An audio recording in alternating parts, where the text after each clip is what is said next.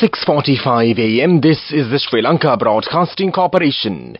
The news, edited by J. Yogaraj and read by Mario Vijayavardhana. The headlines. Parliamentarian Vajira Abeyewardena says the people of this country should vote in favour of a candidate who can bring up this country to the highest position in the Asian region.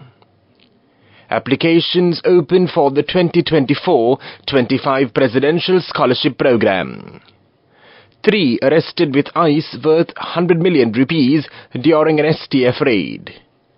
Sri Lanka's tourism sector sees 122% growth in January, says the State Minister. A heat advisory issued as temperatures to reach caution levels. In news overseas, Haiti violence, gangs free 4,000 inmates in mass jailbreak. In sports news, rugby, Marcus Smith has returned to England's squad and is in contention to face Ireland.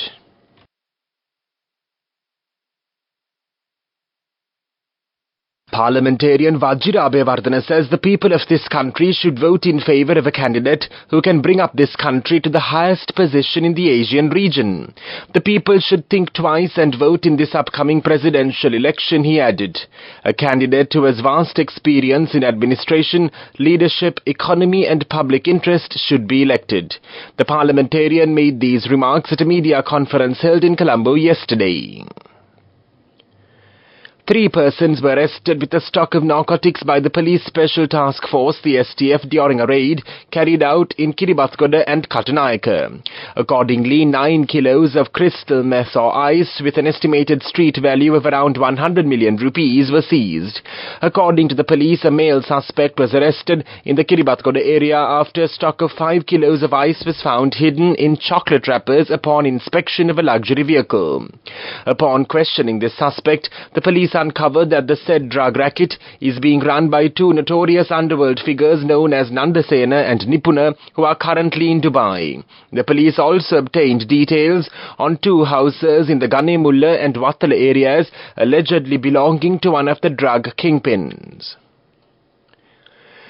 The application process for the Presidential Scholarship Programme 2024-2025, targeting 100,000 school students facing economic difficulties, is now open, the President's Media Division PMD reports. Accordingly, in line with the vision of President Ranil Wickremesinghe, applications will be accepted until the 20th of March 2024.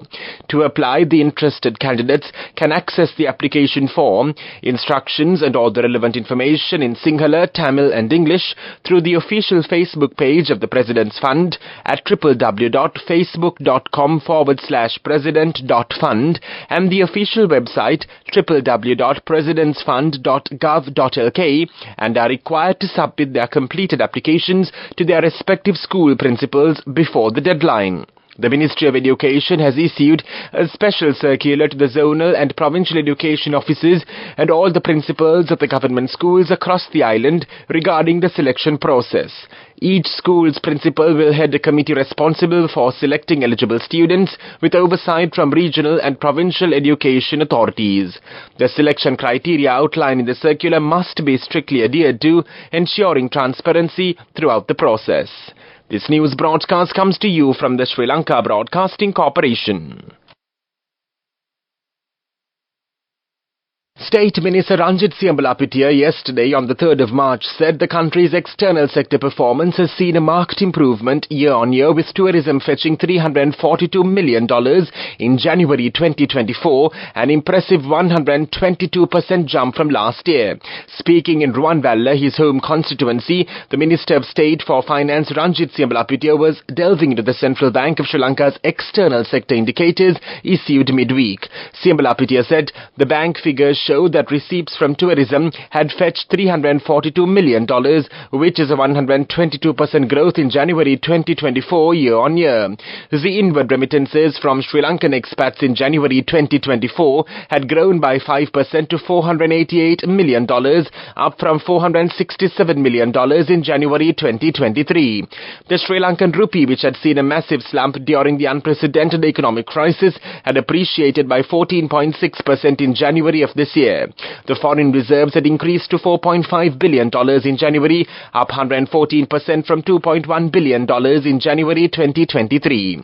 The economy recorded positive growth in the third quarter of 2023 after 6 successive quarters of negative growth, Sinhala said. Sri Lanka in the second quarter of 2022 had declared bankruptcy, announcing the island's first ever sovereign default.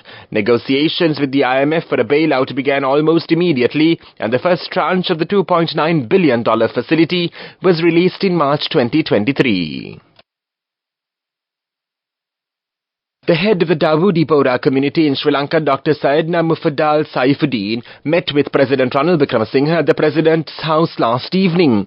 During the briefing, Dr. Syedna Mufaddal Saifuddin has expressed his sincere gratitude towards the President for his untiring efforts to rebuild the economic state of the country. The Bohra leader also informed the President about the Bohra Annual Summit to be held in Bambalapitiya at the mosque this year. At the meeting, the Bohra leader also presented a book to the President written on their community activities conducted in Sri Lanka during the past 4 years. Students from grade 8 and above will have the opportunity to study artificial intelligence AI with their information technology subjects. Education Minister Susil Premajayant says the AI pilot project will start in 20 schools from the 19th of March.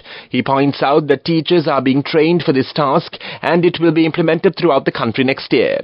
The minister added every child in the country will be provided with the necessary background to achieve their future goals according to their abilities and preferences. Addressing the media, he also said the current number of subjects for the GCE ordinary level examination will be reduced to 7 subjects. He added the 3 remaining subjects will be taken to evaluate the industry and environmental knowledge that can be provided to the students locally. He added steps have also been taken to prepare the necessary background to get professional training in the subject areas that show children's skills. The main news story is brought to you by Sinhala Mahatmya. State Minister Ranjit Siambalapitiya yesterday on the 3rd of March said the country's external sector performance has seen a marked improvement year-on-year, with tourism fetching 342 January 2024, an impressive 122% jump from last year. Speaking in Ruwanvalla, his home constituency, the Minister of State for Finance Ranjit Siambalapitiya was delving into the Central Bank of Sri Lanka's external sector indicators issued midweek. The main news story was brought to you by Sinhala Mahatmya. And now in Watchlight, the Met Department has cautioned the people of rising atmospheric temperatures at some places in the northwestern, western, southern and Sabaragamuwa provinces and in the Anuradhapura and Mannar districts in the coming hours. The advisory was issued at 3:30 p.m. yesterday and will be in effect until today, the 4th of March in the evening. The heat index of temperature felt on the human body is expected to increase up to the caution level at some places in the northwestern, western, southern and Sabaragamuwa provinces and in the Mannar district. As per the advisory, under this level of temperature, fatigue is possible with prolonged exposure and activity, while continuing activity could result in heat cramps, the department warns. Coming up, World News.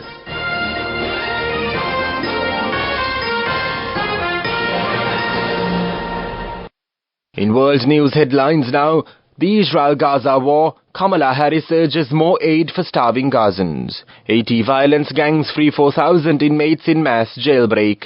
The US and South Korea begin joint military exercise involving 48 field training drills.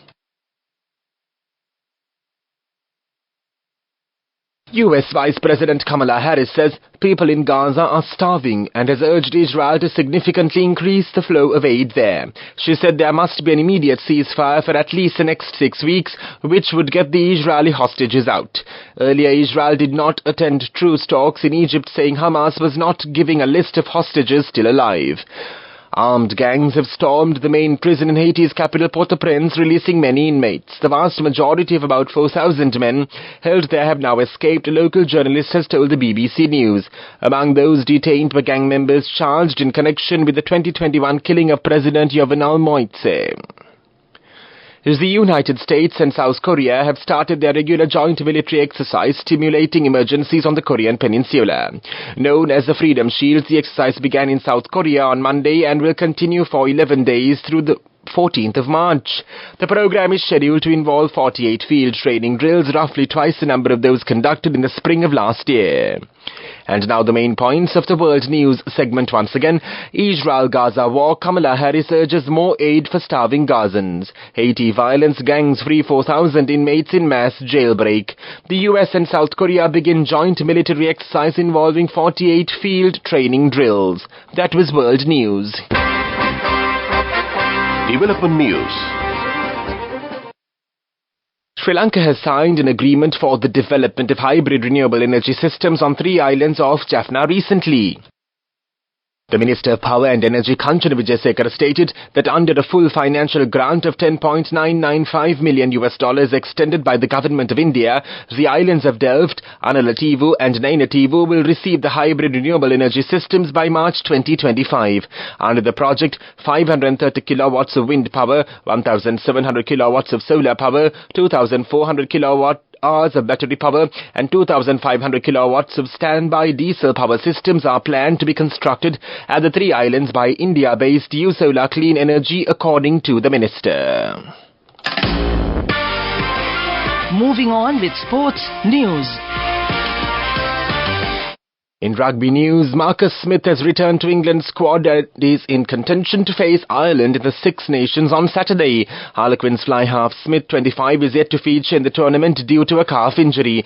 Scrum half Alex Mincher is also available after a knee problem which ruled him out of the defeat by Scotland at Murrayfield. Go ekakthiyana youth kat life ke change kat niyamet setna aswahagena dakapugina habe karana youth kat niyamet setna friendship ekamenna. The all new NSB Ithru account, NSB IAM, a plan for your dream. Business News, sponsored by National Savings Bank, the safest place for your money. An Indian prominent company, Reliance Consumer Products Limited, announced that it has partnered with Elephant House to manufacture, market, distribute and sell beverages under the Elephant House brand across India. Elephant House is owned by Ceylon Cold Stores PLC, a subsidiary of John Keells Holdings PLC. The Elephant House manufacturers sell a wide range of beverages including Necto, cream soda, EGB, orange barley and lemonade and many other products. Ketan Modi, COO Reliance Consumer Products Limited, said the partnership will offer Indian consumers great choice and value proposition through quality products. Business News, sponsored by National Savings Bank, the safest place for your money. Go ekakthiyana youth kat life ke change kat niyamet setna aswahagena dakapugina habe karana youth kat niyamet setna friendship ekamenna. The all new NSB Ithru account, NSB IAM, a plan for your dream. And now in economic news, over half of British exporters and manufacturers have faced problems due to shipping disruptions in the Red Sea caused by Yemen's Houthi rebels. The British Chambers of Commerce said 55% of exporters have reported problems linked to the crisis, as have 53% of manufacturers and business-to-consumer services firms, including retailers and wholesalers. Across all businesses, 37% of more than 1,000 firms surveyed reported an impact. Weather report. The Met Department says mainly dry weather will prevail elsewhere in the island. However, showers or thundershowers may occur at a few places in the Kalutara, Ratnapura, Nuwara Eliya, Ganla and Mathura districts in the evening or night. Meanwhile, the department has also issued a heat index advisory to 14 districts. It says the temperature felt on the human body is expected to increase up to the caution level at some places in the northwestern, western, southern, Sabaragamu, eastern provinces and in the Mana districts. This weather report was issued at 4:30 a.m. Further details could be obtained by visiting the official website of the department. That was weather report, and now the headlines of this news broadcast once again. Parliamentarian Vajira Abeyvardhana says the people of this country should vote in favour of a candidate who can bring up this country to the highest position in the Asian region. Applications are now open for the 2024-2025 Presidential Scholarship Programme. 3 arrested with ice worth 100 million rupees during an STF raid. Sri Lanka's tourism sector sees 122% growth in January, says the State Minister. A heat advisory issued as temperatures to reach caution levels. In news overseas, Haiti violence gangs free 4,000 inmates in mass jailbreak. In sports news, rugby, Marcus Smith has returned to England's squad and is in contention to face Ireland. That concludes this news broadcast, and now it's back to your host as always on a Monday morning, Sharifa Tahir on, this Monday morning.